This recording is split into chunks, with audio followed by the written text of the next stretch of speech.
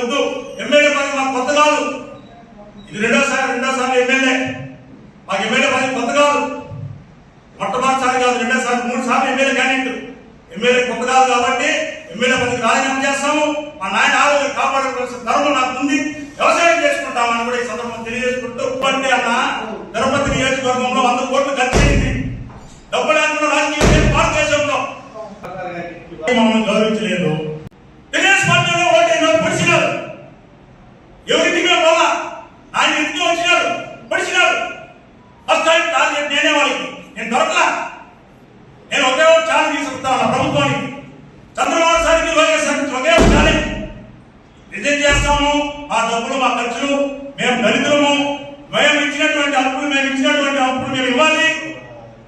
అందువల్ల మీరు మానవ ధర్మంతో ఒక దళితులకు న్యాయం చేయండి.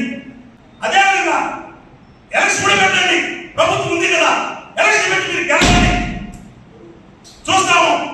ప్రభుత్వంలో ఉన్నారు, మీరు ఎలక్షన్ పెట్టుకోండి, గెలవండి, మాకు రావాల్సిన నిధులు మాకు ఇచ్చేయండి, రాజీనామా చేస్తాము, తప్పకుండా రాజీనామా చేస్తాము.